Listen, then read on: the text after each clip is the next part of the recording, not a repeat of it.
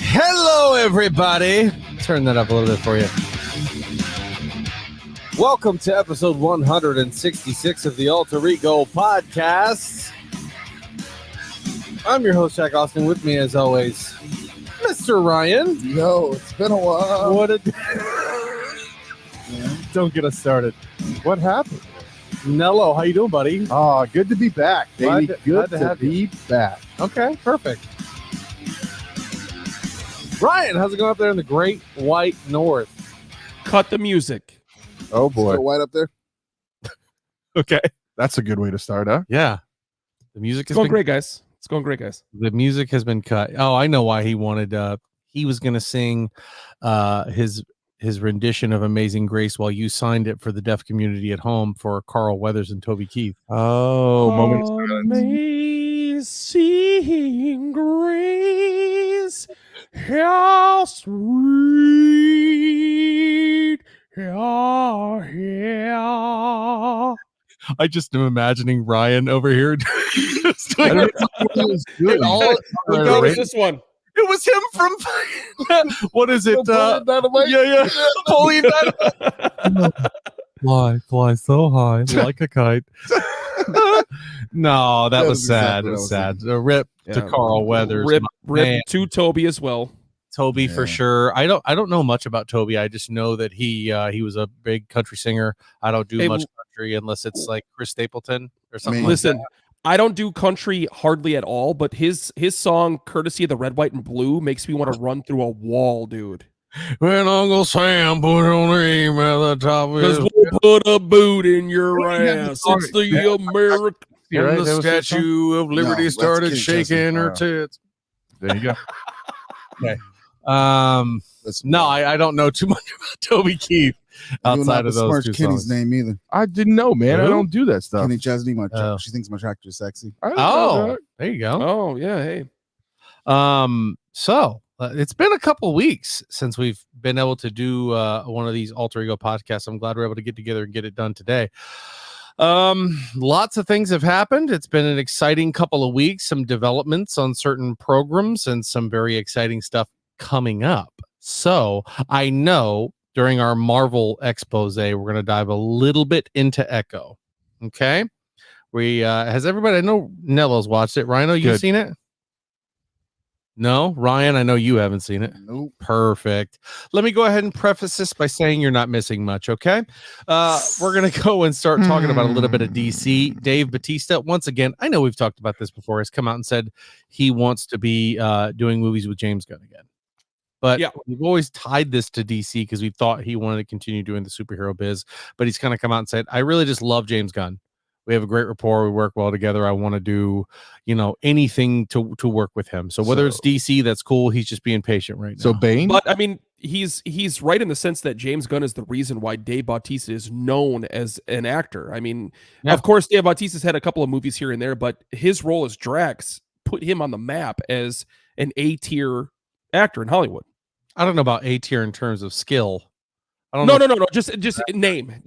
A-tier in terms of name. I mean, you know who Dave Bautista is. You know who Drax is because of James Gunn. Well, I also knew him from wrestling. Yeah, like wrestling is an act. Like you have to act in wrestling. Like it's a whole like heel baby face, and he was doing it then too. So he was really bad in wrestling in terms of acting, but in the stuff that he's been in, I think in terms of Hollywood, definitely James Gunn just knows how to do it with the wrestlers because John Cena has been phenomenal.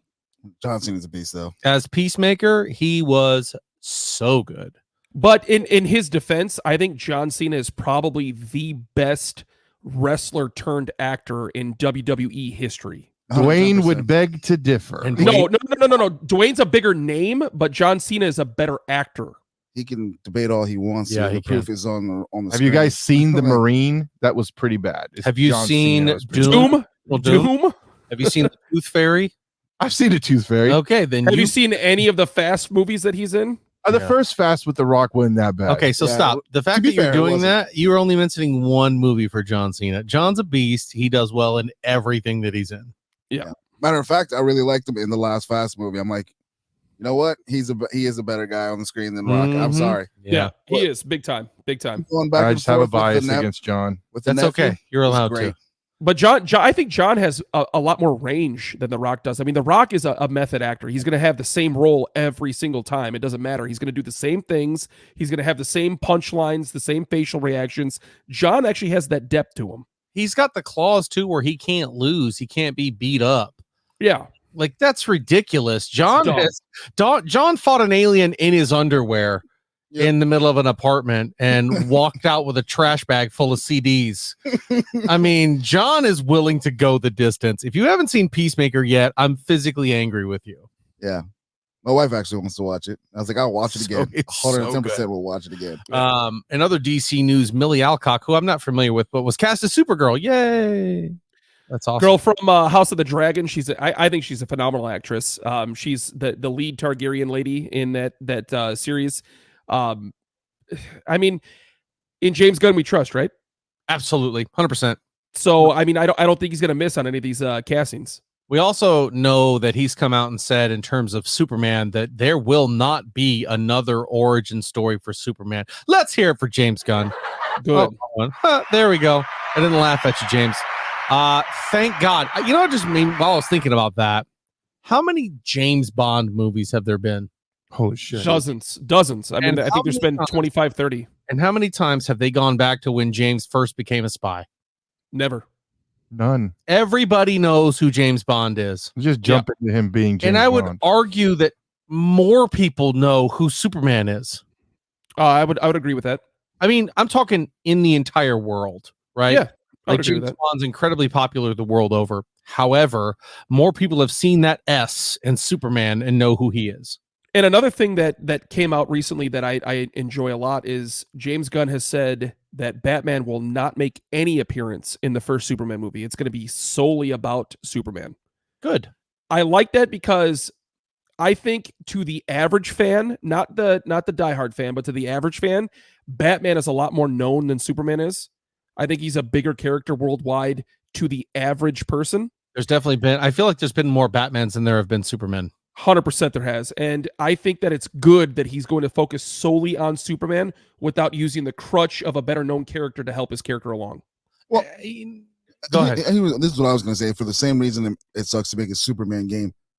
What is a Superman movie? Right. Because unless it's like the first one that they did, the Man of Steel, where he's like him as a normal person, he's just going to own whoever it is. It takes 2 seconds. Like, why are we watching this? That's where I think James Gunn knows what to do. Yeah. I think James Gunn knows that he needs to not necessarily make it all about Superman, where we're on Superman for 90 minutes. That's going to get boring. You're going to need to focus on other characters and other people in other situations, because if you try to focus on Superman for 90 minutes, he's going to be able to stop bullets and run faster than the speed of light and all the stuff that Superman does for 90 minutes, and that gets boring. And if you bring that super tough villain right in the beginning, he's fighting him for 90 minutes. That was my biggest beef with Man of Steel. I thought Man of Steel was the best DC EU movie that came out. But my biggest beef with that movie was, you know, they had General Zod and his cronies with him, and they fought for half an hour at the end of Man of Steel, and it was a giant battle that destroyed the city. But then at the end, he just breaks his neck like it was nothing. Right. Like, I didn't want to do this. Oh, I got you. Yeah, you mean to tell me you could have just done it to begin with? They didn't want to like kill one of the last remaining Kryptonians. That's the thing that gets really boring to me. That gets boring. Battle the whole time. But didn't it happen even in the first Superman with Christopher Reeves? Yes, where he didn't want to fight them, he didn't want to kill them, he was pulling punches until he couldn't anymore. Yeah. But let me ask you this, Nello, real quick. I don't know how much you've watched this series, but I know Jack's answer to this immediately. Who was the more intriguing character, Vegeta or Goku? Vegeta. Why? I like Goku. I know everyone loves Goku, but why was Vegeta the more intriguing character? Because he wasn't like, oh my god, I'm just gonna eat and then I'm gonna train and fight. Because he didn't have the moral constraints that Goku had. Right. It's the same thing with Superman. I also am a fan of assholes, and Vegeta is an asshole. He also struggled. No, I think that's unfair to say. Okay. I think that's unfair to say with Vegeta that he comes off as an asshole to other people, but he's from another planet where being like that is the status quo. So people think he's an asshole, but I disagree. He's constantly trying to attain greatness and it's always out of his grasp. So he's willing to sacrifice and do more to get where he needs to get. He's never good enough, and he's damned. Let's be honest. He's always trying to one up Goku. Right. And it just don't work. They just keep moving his bar higher, which makes Vegeta try harder. But the difference between the two is that Vegeta was willing to sacrifice everything, whether that meant his own life or even other people's lives, in order to get ahead of Goku. Let Goku sacrifice some of the lives of his friends and children's to get where he is. No, that was to beat his opponent. That wasn't to get ahead of people. That was to beat his opponent. Well, I mean, okay, two things called something different, but it's just, I don't know. It's always the damned character, and this whole thing about Superman with the moral compass, where he's always morally good, he's always doing the morally right thing. You're boring me. I'm sick of him always seeing people do terrible things and him go, stop it. That is why I said I want the one where he's just mad at everybody and then goes from there. Like to me, that the Injustice series. So do you think we get a black Superman? Not like that, like, you know, when his black suit returns heel. I didn't mean, okay, I understand. He didn't turn heel in his black suit. His black suit was when he came back against Doomsday. Right. No, I think we get an Elseworlds scenario from James Gunn. We already talked about. He already did that in Brightburn. He wants it. I think we should see a Injustice world where it's completely different and use the same actors. Characters, use them all. We almost got that with the DCEU. You remember that in Zack Snyder's Justice League cut at the end of the movie, where it's the barren wasteland and Superman is about to kill Batman and the Flash and everybody. That was a foreshadow of the Injustice storyline, right? But obviously they didn't continue with the DCEU. So yeah, we'll see. We'll see how it goes. But in Gunn we trust for sure. He's definitely 100%. Very tight-lipped though at DC. Nothing's leaking. Nothing's coming out. Good. Just some cast. I don't want leaks. I don't want leaks. So that's just shitty thing about the MCU is that we get leaks all the time and it ruins shit. And we go, oh, so that's what we're going with. And then here's the thing. So just to finish up the Superman talk before we move on to Marvel, that's what we get when you get leaks like this, because then you give it out to the community and all the fanboys and all the people like us and people who watch go, I don't like this. They shouldn't do that. They should do this. They should do this. They should do this. And then half the community is going in to watch the movie with a predetermined opinion, and they all go in and they shit on it because it wasn't exactly what they thought it should be. So I'm sick of the leaks too. I don't want to see it. I don't want to hear it and sit there and judge it, because not everybody takes leaks like I do, because I hear it and I'm like, oh cool, I'll check it out. And honestly, I think James Gunn will benefit greatly from there not being leaks. Yeah. What'd you say? Not everybody takes a leak like you. How do you take your leaks? I usually go to the bathroom. Sitting down. He does it sitting down. 100%. 100%. That's why I don't watch maximum comfort, man. I just want to be surprised, because if not, then I'm like, I'm out. I tried doing that, but then I just start surfing the internet, and then Reddit gets me, and it's over. All right, new subject. We're going to Marvel. Jeremy Renner says he will be healthy enough to return to Hawkeye. This is 1,000% the best news we've heard out of the MCU in a long time. Yeah. I mean, we don't need to say on this show, if you've listened to any length of time, I'm a big Hawkeye fanboy. There's maybe one or two characters I like more than Hawkeye. I'm happy to see that Renner's going to do it. I want to see an old man Hawkeye, but the fact I just want to see him back healthy playing the character again. And the fact that they said he will be healthy enough, and that all the Avengers guys, everybody from Marvel came over to visit him when he was in the hospital, that was really cool to hear. I'm excited. Very excited to see that. But then why are you guys saying you're sick of the staleness in DC, but you're willing to keep going back to the same characters in Marvel? Well, Neville, there's a 100% difference. It's not the staleness with the characters, it's the staleness with the content. I mean, Marvel has been pretty stale as of late. You're not wrong, but if you told me, hey, listen, we got Jeremy Renner in this new movie and it's about this and this and this, I'm gonna be super excited about it. But if you told me, like the original DCEU, hey, we're coming out with another Flash movie. Oh, all right, cool. Because the other Flash movies have sucked, but everything Jeremy Renner's been in has been great. Hawkeye wasn't the difference. Terrible. It wasn't great, but it wasn't. It was great. Yeah, I loved Hawkeye. Hawkeye was amazing. Yeah, Hawkeye was great because it set a much different tone for the MCU. It set a much more street level, grounded not aliens coming from New York tone. And I think that was a good setup for more street level stuff. That's where they introduced the Kingpin. It's Hawkeye. They set the tone that not everything is going to be this big, massive, world-ending situation. This was about Hawkeye trying to get Kate Bishop out of the Daredevil. Didn't they MCU? But another thing that I loved about Hawkeye, it was great seeing him as a dad and not an assassin. Right. I thought there was a lot of character development in Hawkeye for Jeremy Renner's character specifically that we didn't get in his roles in other movies like Avengers and all that. Like that they humanized him. Well, the human aspect of his character, yes. I love that development for him. And Hawkeye spends in the comic books a lot less time being an Avenger and a top tier guy than he does being a normal dude who's really good with a bow and arrow. I mean, sure, he takes missions here and there, but a lot of his stuff is very grounded, very personal, very street level. So it's good to see that that's more true to the character. In other news, Madame Web, Dakota Johnson says filming in front of the blue screen was psychotic. I hate stories like this. This movie, I mean, I'm sorry, I don't have any interest in it. And it's not because of Spider-Woman. I hope that's good. I hope it's a good movie. I hope I'm wrong.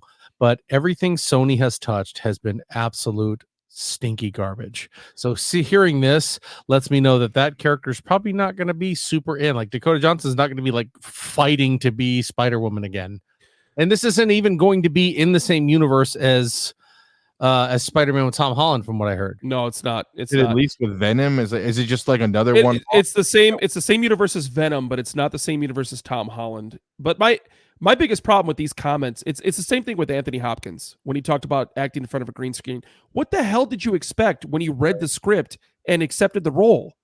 You knew what you were getting into. Why do you do the entire movie?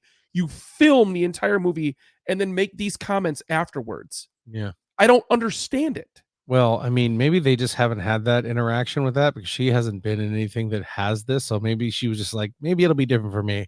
But either way, you know, none of this seems appealing to me. I'm not going out of my way to see it. It's just one of those things. It's not connected. This is just feeling like a reach. Sony wanted to keep this character in a movie so they can keep the property. I don't know. But up next, something I am excited for, Kristen Ritter says she has been or hinting that the fact that Jessica Jones will be coming back to Marvel and in the MCU. Major win for that street level stuff you're talking the street about. level stuff. stuff. I'd like to see her back. Yeah, they've talked about bringing everybody back except for Iron Fist. Thank gosh, Danny Rand is gone. Well, I don't want Danny Rand gone. I want the Finn Jones, the guy who played him. I don't. Finn Jones is terrible. That's so bad.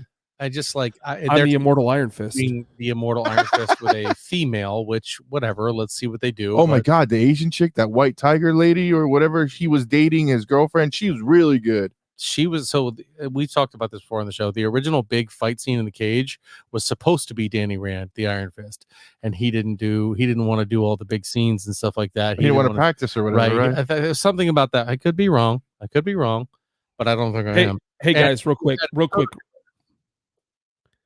I just want to let you know, I'm the Immortal Iron Fist. Protector of Kunlun. Yep. All right, continue. I'm sorry. I apologize. Yeah.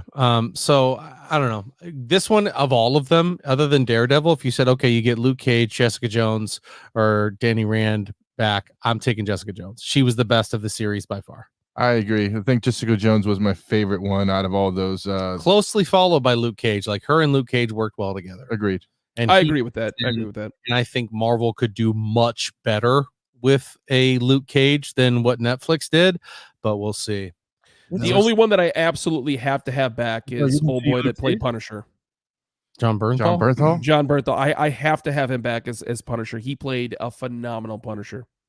I didn't see the Punisher. I didn't see Jessica Jones. Oh, you sleeping? I didn't watch Iron Fist. I didn't watch. Don't watch Iron Fist. Don't waste your time. Don't waste your time with that. But the Punisher was amazing. You would love the Punisher. That's right up your alley. He sent me, and I was like, "Oh, that looks dope." But then it just ended. I'm like, "Yeah, I'm out." Punisher season 1 was pretty good. If I had to rank the 3, I'd say that Jessica Jones season 1 is probably the best standalone season of any of the street level stuff they did, and then Daredevil season 1 and 2 behind that, and then Punisher season 1. But season 1 of Jessica Jones is one of the greatest little pieces of TV. The Purple Man and that whole thing, like the suspense they were able to build in that show, that was incredible. So I'm happy. It actually affected you emotionally when you were watching it. Right. David Tennant was the bad guy in Jessica Jones, right? Is that the guy who was a Doctor Who? Yeah. Yes. Really good. Yeah. Purple Man. So Matthew Vaughn says Ryan Reynolds and Hugh Jackman will save the MCU. Agreed. I mean, he better, because if Daredevil's for some reason comes out and takes a big steaming dump, which I don't think it will, Marvel's in trouble. If you ask me. I disagree with that, because Daredevil's not a huge chunk in the big picture of things right now. It's kind of like a background storyline. It's a solo storyline. The Born Again story does not fit into the multiverse story. It doesn't fit into the entire phase of things that's going on right now. So I do disagree there, but Deadpool does fit into the multiversal phase of things, because right now the rumor is he goes and kills the Fox universe. You just said it doesn't. Well, no. He's talking two different properties here. But Daredevil plays a big part in Battle World too. I mean, yes, he's there. He's one of the guys fighting for Earth 616. Yeah, but that's assuming that we even get that far. I mean, we really don't know what we're getting with Marvel. So this Sunday, the Super Bowl, Chiefs and 49ers, during that Super Bowl is when the Deadpool commercial is going to drop. And then a few short months later, I think in July, we get the movie. Yes. So it's definitely going to be a different conversation next Tuesday once we have that trailer in our hot little hands. It's the only movie they're releasing this year. So I think this will determine what direction they kind of take towards the rest of the, you know what I'm saying? Does this make sense? I understand you're saying it's a one-off, right? No, this will not be a one-off. No. The Daredevil series is a one-off. See, like, why put your time into that? Because there are more parts of the universe. There are more parts of Marvel than just, space age stuff like that. I want that. That's the stuff that I like. I like the darker side of the universe with Blade, who will never show up. I admit it. Blade, Doctor Strange. It's no different than Star Wars with, like Andor or the Bad Batch. It's different from the Jedi and the Sith. It's the darker side of the universe. It's the lower street level side of the universe. That's what Daredevil is for Marvel. But you're getting a Wolverine in this new Daredevil Deadpool movie and so on and so forth. Like I think it's gonna try to tie everything and then move it on.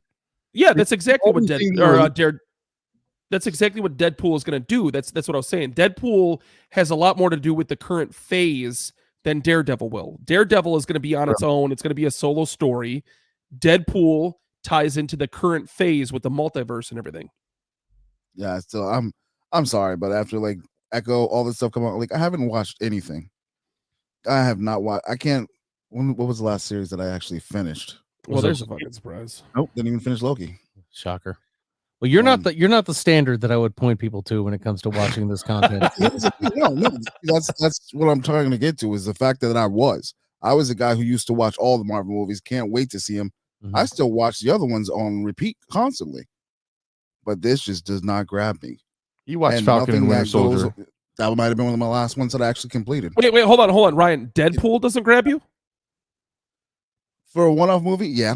I'll watch a Deadpool movie. So this is what I wanted to clarify. Deadpool is not going to be a one-off. It's not. That's what I'm saying. It's not a one-off movie at all. Well, I shouldn't say like a one-off movie. Deadpool is a movie that I like to turn on, watch. All right, that was Deadpool. That was funny. Let's go. Violent. Let's move on. But let me ask you: do you honestly think that they're going to make Ryan Reynolds the highest paid actor in the entire MCU just to give him a one-off style movie? He's going to be one of the biggest characters in the franchise going forward. In the entire MCU, not the Deadpool franchise. In the entire MCU, he's going to be one of the main focal points of that entire franchise. And he's going to have interactions with guys like Spider-Man. He's going to get in and mix it up with the Avengers, where he wants to be an Avenger and they won't let him in. That was a hilarious run where Deadpool, for a little bit of a time, was part of the Avengers, but does what he did in X-Men 2 or Deadpool 2 and kills people when he's not supposed to. And so then, he's kicked out of the Avengers. He keeps telling Spider-Man he's his best friend, and Spider-Man's like, please leave me alone. I don't want to speak. And so like that whole run, Deadpool can be in almost anything. He should definitely well, here's the purpose of him, and I think I'm repeating myself, but it's okay. He is bringing the Fox universe that was out there, and he's bringing that old Fantastic Four and all those old content. Marvel's going to pay homage to them somehow, and some people are going to make it through Deadpool, and those that do probably are going to go in the MCU proper going forward, and those who do not survive are going to get a little head nod and either go to Battle World and die, or they're going to get killed by Deadpool and Wolverine. Yeah, I think this sets up the X-Men universe. I think this sets up the Fantastic Four. This is a big movie for Marvel. And I know we were talking off air and you were talking about how important it is and how it's not going to fail because it's going to be amazing, but we really don't know that. I don't know if I have that much faith recently. I know it's Deadpool and they haven't messed up, but I don't know. That's what I'm kind of saying. It's also, like, we'll see. Let's also press pause. In terms of major motion pictures that we have gotten since this phase has begun, correct me if I'm wrong, I think it's not even Shang-Chi because he was in the last phase. Yeah, that was We have Doctor Strange in the Multiverse of Madness, which slapped. That was a great movie. We have Spider-Man No Way Home, another great movie that was absolutely dominated. And then what else? Ant-Man Quantumania, which that wasn't good. Tale of two movies. Thor, Love and Thunder, absolute trash fire. But we got Guardians 3. Guardians 3. And we got Guardians 3, which was, in my opinion, which is the single greatest movie in the entire MCU. I disagree, but that's okay. I don't necessarily disagree. I wouldn't put anything over it. I mean, I think there's some that are as good, but I wouldn't put anything over it. I mean, I would listen to the argument for Infinity War and Endgame over Guardians 3, but I put Guardians 1 over Guardians 3. I put I like Loki more than any of those movies in which you guys just mentioned. Well, that's okay. Not everybody's opinion counts. Jeez. I'm just kidding. I mean, it is what it is. Yeah, but in terms of movies for me, Guardians 3, definitely a hit. Spider-Man No Way Home, definitely a hit. A Multiverse of Madness, great movie. So I think they've had a lot of hit or misses. The problem is the production of the TV. So now there's so much content out there. Like, we don't realize we haven't had that many movies, and all of this content is out there, all these shows that they've put out there. And in that time, we've had Miss Marvel, which not a fan. We had Loki season 2, great, excellent. Echo recently. We had Echo, which let's talk about a little bit here briefly. Okay. I don't understand the need for Echo. I don't understand why there was even a need for six episodes. Like, sometimes I know it's supposed to be fantastic in the universe and comics and all this kind of stuff. I don't get it with Echo. She's deaf and an amputee and is decent with fighting. What else about her? I mean, I don't want to ruin it for anybody if you haven't seen it yet, but I don't want to do that. But the Kingpin in this was amazing. He was amazing. It sets up that street level that you're talking about. Still talking about Vincent D'Onofrio. That's kind of what I was getting to the point when I was saying I don't care, like, about Daredevil either. I'm not trying to be, for me personally, unless you're going to use him and it's going to be somebody that's coming up, I don't need the movie. I don't need a 6 TV show series on the Daredevil. I definitely don't need the one on Echo. I Echo, to me, I didn't even need one for Kate Bishop, if I'm being honest, if she's not going to be in anything right now. And she was in the Marvels in terms of being recruited by Miss Marvel. So I haven't seen the Marvels yet either. I haven't either. That was So we forgot about the Marvels. Here's my thing. No, we didn't. I mentioned it. But Kingpin, Marvel. Look at me right here. Okay. Stop fucking using the Kingpin. Stop. Why? Because the Kingpin is not the Kingpin that he has been in the comics. He loses every time to everyone. And Echo is a great example of that. He showed up like, Maya, I need you to come back and be with me in New York. Why? Why do you need the deaf amputee girl to go with you to New York? He's the fucking Kingpin. He doesn't need anybody. Why doesn't he do what he does? He shows up at this GD freaking, what's the little ancestry thing that they in do Oklahoma. for her. Yeah, and she shows up in a rural town in Oklahoma Indian and tries to land. and like goes to I forget what they're called. They're awesome. I've been to plenty of them. Or something like that. All I know is it's like a fairgrounds thing. I forget the term for it. And I apologize. But the Kingpin from the comics would not even show up. He would send some goons, kill everyone there, and leave the typed message in somebody's pocket for them to get the message that he wants to send. But instead, he shows up with a couple of goons in a van and gets shown his dream journal. Goons. He shows up with 3 RVs and a bunch of people in cars. He starts fighting her because it becomes personal. The whole time, it's like, it's only you and me we can trust. That's the question, though. Why is it personal with Echo? Why? Because he raised her as a little girl. That's the thing. That's not Kingpin in the comics. He doesn't give a fuck about people like Echo. That's what Jack is saying. In the comics, if Echo's not by his side in New York, it takes 3 seconds for him to be like, all right, I don't give a shit anymore. Right. That's where he goes, okay, well, I've had a bomb rigged under your house for 6 years, so kaboom, bye. Like, these people don't need to matter. I mean, I get it's Vincent D'Onofrio. Maybe he's looking for some sort of depth of emotion, but you're the Kingpin. There are so many people out there that he employs that work for him. He's worked with Hobgoblin, Bullseye, Black Cat. You name any of these Taskmaster, Kraven the Hunter, any of them. He has employed all of these people to do things for him, but he's worried about the deaf amputee girl to show up and she's going to take over New York.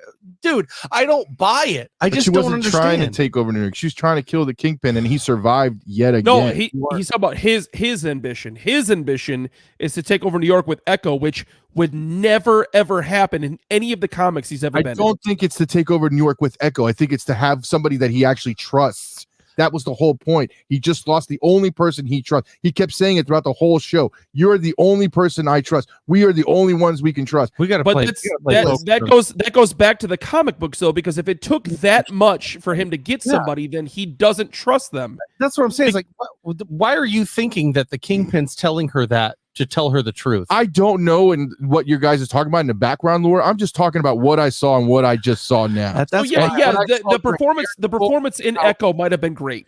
It might have been great. So, and how I saw him during Daredevil with his wife, and how that was his weakness at that point was his wife. If you guys say that he's not an emotional person, they've only shown him in an emotional light that when you take that emotional crutch or whatever you want to call it away from him, he snaps. So let's go over the lore. What he's trying to say. Yeah, exactly. The Kingpin is you want the finished version, like that Kingpin that doesn't care about anybody, that'll shoot his best friend, that'll go kill his mom if he has to, because he's a fucking Kingpin. He doesn't care. Yeah. The reason he's the Kingpin. Everybody is expendable. Right.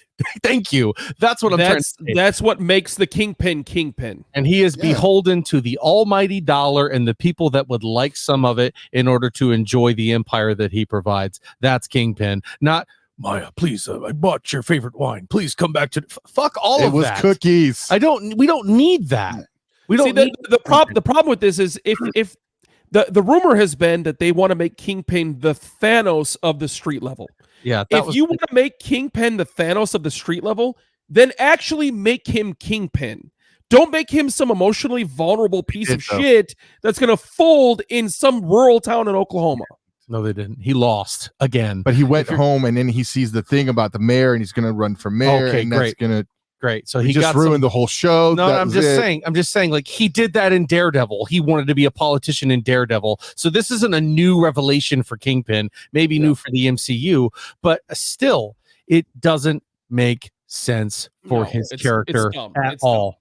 It's really dumb for him to get on a plane and go out to Oklahoma to go talk to Echo, and then just like okay, so let's talk about that comparison to Thanos, right? Let's talk about Thanos. He tried to take over New York from a seat in space, millions of miles away. He sent his not cronies. caring about what happened. Somebody else took care of it. So then they say, hey, there's some real dudes down there on Earth. You really probably don't want to mess with them. He goes, okay, I'll do it myself. So he puts on a gauntlet, goes down there by himself, and single-handedly beats the hell out of every single Avenger, sacrifices his only daughter, and then goes over, snaps away half the population and goes, I win. By the way, I'll be right over here. If you got something to say, come see me. That's Thanos.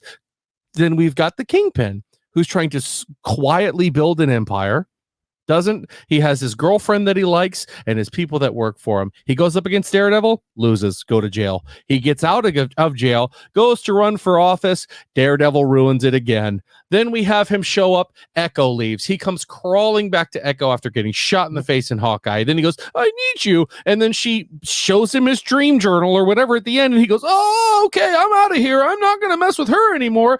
Where's this Thanos at all? Why is he imposing compared to any villain we've seen in the MCU? I just don't get it. We really don't know when Echo happened, if it happened before or after Daredevil. We really know it happened after Daredevil because he doesn't have the shot or the missing eye, and it also, like, he talks about going and seeing her, and when she fights Daredevil in the series, which is the best 30 seconds or two, whatever, when she's fighting Daredevil, that's the best part of the series. Watch that. You're done.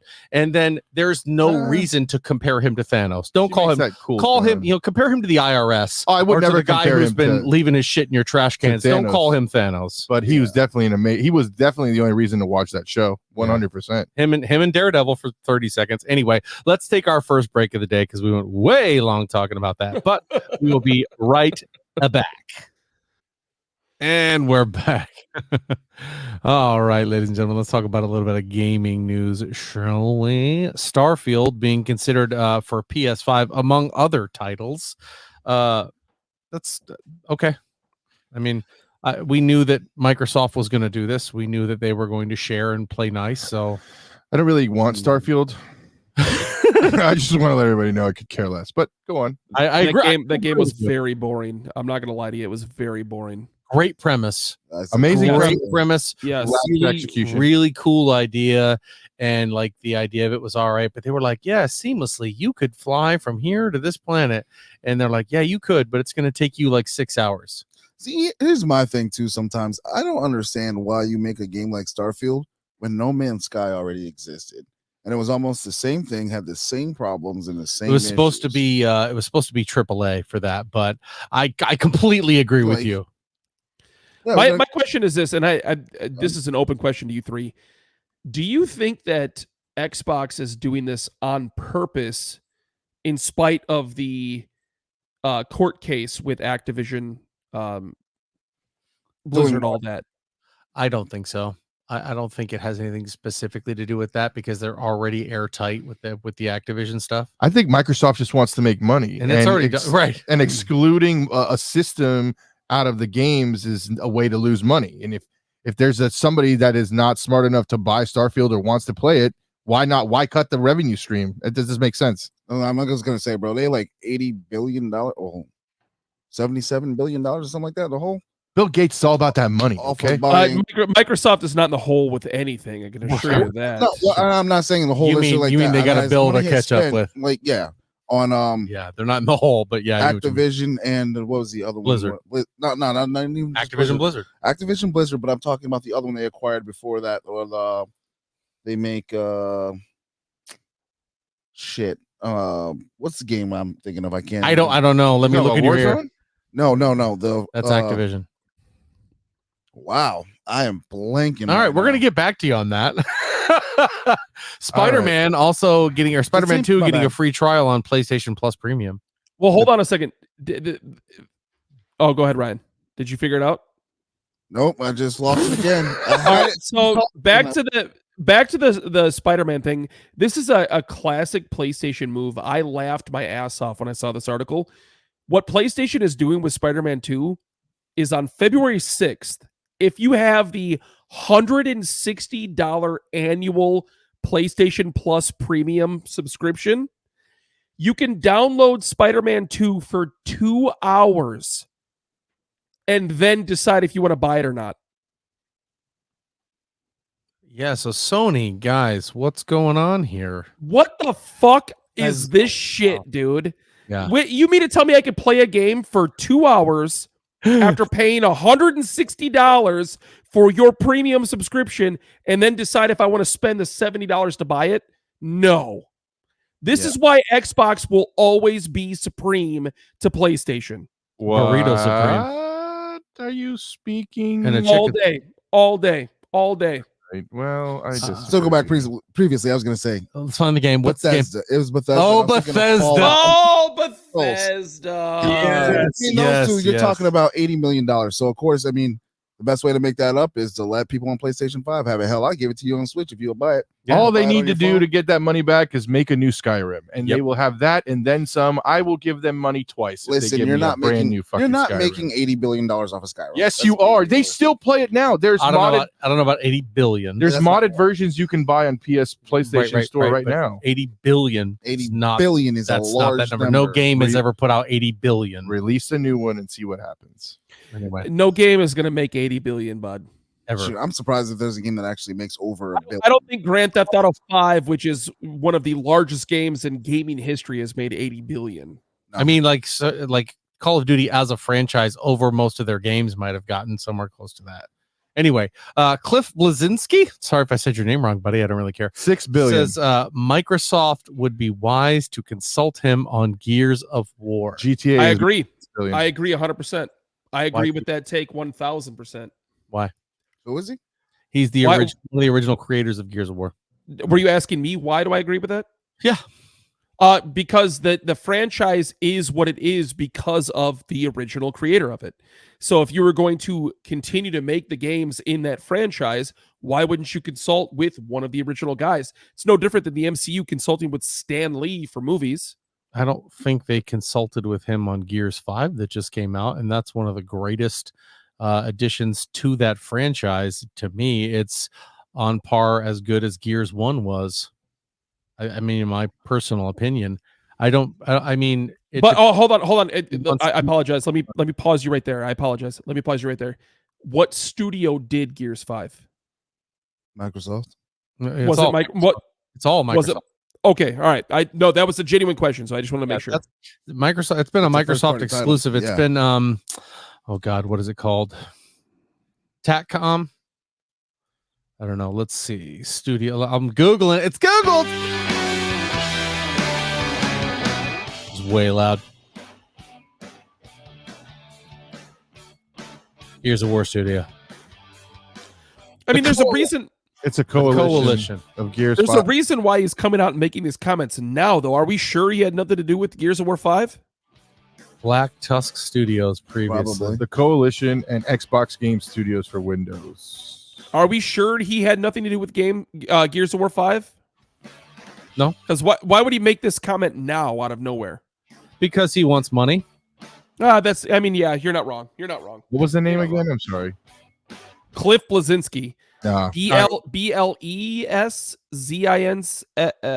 On the Wikipedia, he's not on any of the lists anywhere. He worked for Epic Way Games off. from 92 to 2012. Just looking him up. I mean, he did January Gears of War involvement out of development. Yeah. Nah, He's, bro. Sorry. Yeah. Bum, I mean, bum, bum, bum. His departure from Epic Games in 2012. So if he's been out of it for that long, which looking at his career on Wikipedia, I'm citing Wikipedia. Sorry, gang. He hasn't been involved with Gears since then. And I'm like, it's always something like that. They should consult me. Well, the whole entire arc of Gears finished with Gears 3. So fighting the Locust and doing all that whole arc of the story, beginning, middle, end, and even they got Gears of War Judgment. So, I mean, this is one of those where maybe he didn't like it or he just wants to get back into the fold with Gears, but Gears has been amazing. They had great promo for that. They had a whole campaign that they had Dave Bautista, who we were talking about earlier, as the main character, Marcus Phoenix. All right, so in his defense, Let's hear it. Gears of War 3 is the best-selling Gears game in the entire franchise. As it should be. It is a masterpiece. It's one of the only video games in history to make me cry tears out of my face. Gaming has changed since then, though, to be fair. Well, no, I'm just talking strictly from a financial aspect. I understand gaming has changed significantly, exponentially since then. Right? But the top 3 selling Gears games, he all had something to do with. So that's sales of the game itself. That's also centered on the characters that are there. A lot of people in the Gears franchise, which I don't understand, had a lot of issue with a female starting to take one of the lead roles in the Gears games, even when it made complete sense. And Kate is one of my favorite Gears characters in the entire franchise. For me, she's on par with Coltrane and Marcus Phoenix. Neckbeard's always getting in the way of like progression of games. Well, I don't know about progression, but she's just a great character, and there's a reason she's important. So it's like, okay, she matters to the story. Let's definitely stick with her. But guys are like, where's Marcus Phoenix? I don't want arms bigger than my head. Yeah, I mean, what is she doing? Is she in the kitchen making sandwiches? Exactly. But anyway, I think that's why, because it's got some bad press for that, but whatever. This is another one of those things. I don't give a shit who's working on it. Give me Gear 6. I'm ready now. Yeah. But wouldn't you want a fresh take on that? Like keep the Gear concept, but like give me, I don't know, maybe you could keep Marcus Phoenix still around. But like, have you played the most recent Gears? No, I can't say that. I haven't. On Xbox. Marcus Phoenix has been kept around. He's in that game. He's in every single iteration of the game at certain varying levels. At 3, he kind of retired, which he should have. But since then, he's still been a major piece of the lore and a major character that involves the story. But you get younger, new generation of Gears that go in and do things. Isn't gaming, though, the only genre where we really don't want new iterations and new characters and stuff like that? I mean, no, like, honest question. You think of God of War, Kratos. Would you really want to play a God of War without Kratos? Would you really want to play, a Gears without Marcus Phoenix? I mean, it's different than the movies or television where you want different stuff. You want new things. But games, you want the new story, but the same character. I could see God of War transitioning to the kid as he grows up. That'd be terrible. Terrible. I'm not playing an Atreus. The problem as an adult, like you haven't even let the kid grow up and become him, like the new God of War. Like you're just saying no. You're becoming a neckbeard. I could see the differences. Like, I mean, you have Kratos, who was that guy who was pissed off and treated by the guys. The reason why he went and killed everybody. And Atreus is a pussy. Like, they killed his mother. The gods killed his mother. Okay. We're on the wrong story here. But Gears of War has had an actual progression and timeline. So at certain points, Gears of War, Marcus isn't going to be a 60-year-old Gear out there. Like, I think I just shit my pants.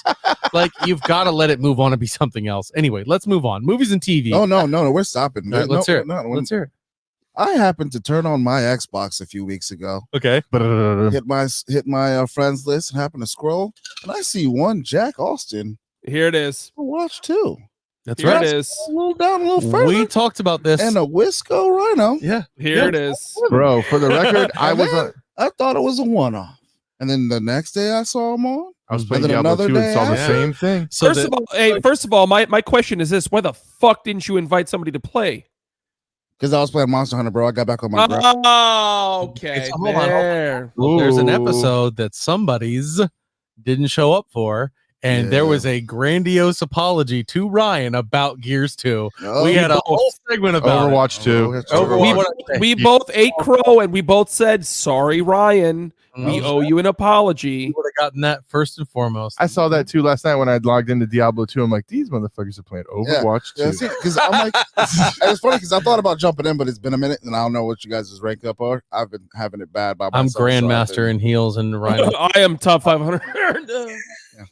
You know what I mean? Oh boy. No, I'll jump in anytime. But so it's not that bad, right? That's what I'm saying. No, it's definitely changed. It's actually changed a lot, and I'm not going to lie to you. I am addicted to Overwatch 2 the way I was Overwatch 1. Do I need to get on Overwatch and carry everybody? Is that what you can? I'd rather you didn't. You couldn't carry us with a I don't want to play with you either. I don't want to play with you either. Moving on. Beetlejuice 2 is now called Beetlejuice, and my computer thought it funny to change it to Battlejuice. I would watch Battlejuice before I watch Beetlejuice. Am I the only one that's excited about this? No, I'm right there with you. As long as they can keep the original concept. See, I'm excited about this reboot. Like, this is one of the few franchises that I'm actually okay with them doing another movie for. I agree with him, and it's a very rare occasion. Can I just say something that might not be popular? What's that? Sure. Beetlejuice 1 is not great. Man, y'all crazy. It's not that great. You guys are. You know what's funny? The only reason I really remember Beetlejuice is growing up as a poor kid. It's one of the few movies I actually saw in the theater. Right. So I have like somewhat of an attachment to the movie, but I really could care less. Listen, I'm not wanting them to, revive this franchise because the first one was Oscar worthy. There's It's already just talk of Beetlejuice 3. It's nostalgia purposes. Like I did like the first Beetlejuice movie, whether it was good or bad, I liked it. And it's nostalgic. That's why I want it to be done again. So I'm actually excited about this. Different. They made Coming to America too. Coming to America is in the top 5 comedies of all time for me. Also agree. One of my favorite movies to ever come out. I've seen it over 100 times. Have to love every frame of it. Have not seen anything but the commercial for Coming to America too, and I won't be watching it. Okay, but for the record, they Coming to America 2, they just took a story and just, I don't know. Which is why that's why I'm saying they have to keep it kind of close to what they have. I don't care. I think it's just older celebrities wanting to bring back things. You know what? So once in a while, one of these resurgence of movie franchises does well, and I have to go back to this as much as you guys hate it. Maverick was a really good movie. It was a really good movie, and it was a reboot of an 80s nostalgic movie. Everybody loved Top Gun in the 80s. Maverick was really good. Okay. I think Beetlejuice has the chance to be really good. It's on par with Maverick. Who's who's directing this movie? I am. You are. No, who is directing Beetlejuice? Do we know? I don't know. I don't know. Rhino's cat. Anyway, so Donald Glover says the Community script is done. 6 seasons in a movie, baby. Tim If Burton. you haven't Down with watched it. What is Community, Tim Burton? Tim Burton. He's directing this one. Yep, that's what it says. Oh, that was fully enough. That's what I was going to say. I was like, if Tim Burton directed it, I can understand it just because of the weirdness factor. It'll probably It's an ATV dummy. but so going to be an interesting one. I'm definitely down. I don't think that's going to draw massive numbers. Community will be a very small release. Probably It does have an occult following. It does have an occult following, and I'm in it. I love that show. So good. It's one of That my show is favorite. hilarious. Yeah. So I mean, but I don't think it's gonna hit the way they want. Speaking of original cast, the original cast of Sonic the Hedgehog coming back for Sonic 3. Love that. Every single Sonic they've done has been good so far. Both of them. Really Yes, good. very much so. Okay. And Jim Carrey back as Dr. Eggman. Yeah, I'm here. I'm there for it. I'll be in line. Idris Elba is Knuckles. I like that. Yep. He was good in 2. What's it? The kid Ben. He plays Sonic. Can't think of his last name. Oh yeah. I God. didn't watch any of those. Yeah. Not You should. They're good. Brad Pitt reportedly coming back in Quentin Tarantino's final film, The Critic, the movie Critic. Here's a question. Am I the only one that doesn't give a fuck that this is Quentin Tarantino's last movie? No, I don't care. Like what? I feel like people are making a bigger deal about this than it actually is. Oh, this is Quentin Tarantino's last. Who gives a shit? I don't listen, Make your fucking movie and move on. Calm down. I'm a little upset that it's his last movie because Kill Bill Right here. is one of my absolute favorite movies of all time. care. Great movie. Listen, Quentin Tarantino is he's a cinematic genius. He has made some of the best movies of all time. I'm not doubting that, but why do we have to care that this is his last movie? I don't know. I was gonna say, if you'll let me finish, the fact that that he was it was rumored that he was gonna make another movie called The Bride and carry it on and finish it or do something else with after the fact. And now that's not going to happen. That makes me sad. But other than that, I could care less about it. Yeah. I just don't give a shit that this is his last movie. Like, okay, cool. Like, It all has this Tarantino feel that I typically don't pick up on that too much. I'm not like Robert Lamb. That dude could tell you every directorial style of people that have been out and what they do, and then it annoys you when you see it. But Tarantino is always heavy, witty dialogue, and I'm just like, okay, violence. Can they get to the point, please? Like, I don't care how witty and cool their dialogue is after a while. Like Inglourious Bastards, in the first 5 minutes when he's talking to that dude about the Jews being underneath the floorboards, I'm like, all right, I know I'm going to hate this movie. I'm done with this. You didn't like Inglourious Bastards? It was too wordy, man. Christoph Waltz ruined it for me. What? Yeah, no, he's not wrong. He's not wrong. I actually think that Inglourious Bastards is Quentin Tarantino's most overrated movie. What? I haven't 100%. seen Hateful Eight because of Inglourious Bastards. 100%. Hateful Eight is the exact same way. I would say my least favorite is Hateful Eight. I've tried to watch Hateful Eight, it just has the most ridiculous dialogue. Like they sit in this cabin for hours and just talk. It's like, oh my God. Yeah, get over it, please. Can we get somewhere? I've tried to watch Hateful Eight like 3 or 4 different times, and I just can't. It is. I think it's his worst movie, Hateful Eight, and I What think is Inglourious this? Bastards is up there with it. Kill Bill easily. Kill Bill. Do you agree with Kill Bill being his best movie? Kill No. Bill, Volume No. That's One, what Two. Not even close. Not even close. What about you, Rhino? Best Pulp- Tarantino flick? Pulp Fiction. I like 100%. Django. That's me. Oh, that's up there too. I'm not going to argue with that at all. Django is up there for sure, but in my opinion, Pulp Fiction is his best, but Django is a very close second. Yeah, it's Okay. funny. I actually just recently watched Pulp Fiction a few months ago. Good, right? I was just like, yeah, It doesn't Like- hold up like, as much meh. as it did. yeah. All right. Django. I though, mean, I know think it's is a better. Tarantino movie, but I'm like, I always thought this movie was a lot better than it was. And watching it the first time, I was kind of like, oh, this is watching it the second time, I'm like, get on with this. What was the So- name of his first movie? His first movie. Oh my goodness. I think it was Reservoir Dogs, wasn't it? Yeah, Reservoir Was it- Dogs. Yes, was- yes. That movie, I thought it was Dawn of the Dead. Crazy. Or not- That's No, Dawn of the Dead was Robert Rodriguez. and you're thinking He's from in dusk it, till though. dawn. Then Dusk Till Dawn. He's in it. Yeah. Anyway, Till so Dawn. hey, last subject of the day. I want to talk about this because I know I got some old school wrestling fans in the house. Wrestling. There's a certain somebody that we all collectively love that has decided to come back to WrestleMania to take on Roman God, Reigns. The Rock. no. Let's go. So we talked about this a couple weeks ago, how this was going to be Hello, his. I'm gonna bring it back. Go ahead. I was going to say we Go ahead, talked Ryan. about this a couple weeks ago. His final wrestling moment is probably going to be WrestleMania 40, which I'm all about. I'm all in on that. I think he's going to win the title. Yeah, I think he's gonna win. Yeah. I Why think bring they're him gonna there have to win. lose? Right. That doesn't draw the crowd. Well, they brought back Hulk Hogan for his final match, and he lost against The Rock. That was not for the title. But That was it an- wasn't for the title, but it was his final match. This is for the title. The And, Brahma and Bull. Roman Reigns has had the title for like 3 years. Yeah, he needs to lose. So here's the interesting thing. Hottest guy in wrestling right now is Cody Rhodes. Is there an argument there for anybody who even watches wrestling? No. Sure, Right. Cody Rhodes. Cody Rhodes is the number one guy. He came out to talk to Seth Rollins, and the crowd started chanting, Rocky sucks. Rock wasn't even in the building.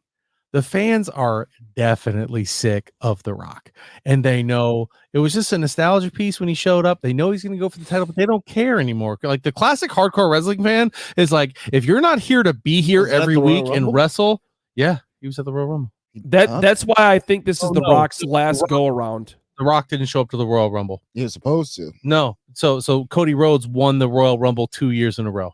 No, but apparently The Rock was supposed to be there. Oh, really? Yeah, my stepdad went. That's the only reason I know that. Oh, It really? was at yeah. Tropicana. That's right. Yeah, stepdad's huge wrestling. That's fan, awesome. like, Sounds like a guy. They had more people watching the Royal Rumble than they've had watching race fans ever. This is why I think it's The Rock's last go around, though. And so the storyline that you just talked about, how Roman Reigns has been the champion for 3 years, that actually gives me more of an idea about how The Rock is going to lose this. Like, build it up for Roman Reigns to even keep it further, and then he goes on to face Cody Rhodes. Well, no, you don't do that in wrestling because we all know that big pivotal moment, that big everything is WrestleMania.